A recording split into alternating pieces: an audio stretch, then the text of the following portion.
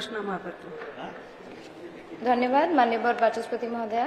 आपण को जरिया रे माननीय मंत्री को ठारू पचारिबा को चाहूची जो विपुल परिमाण रे खनिज पदार्थ उत्तोलन होउची ताहार परिमाण किभଳି मपा जाउची एवं कहा द्वारा मपा जाउची एवं द्वितीय रे एहा को पुनः जांच बा वेरीफाई करिबा पई को संस्था को दायित्व दिया जायछि कि।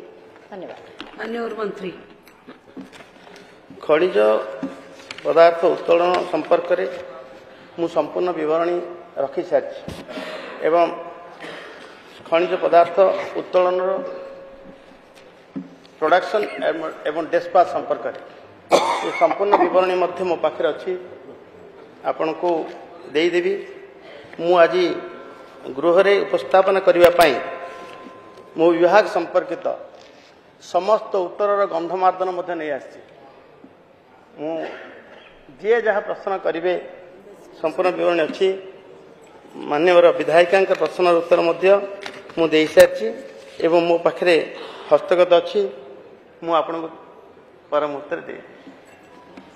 माननीय विधायक डॉक्टर CS राजन एक्का।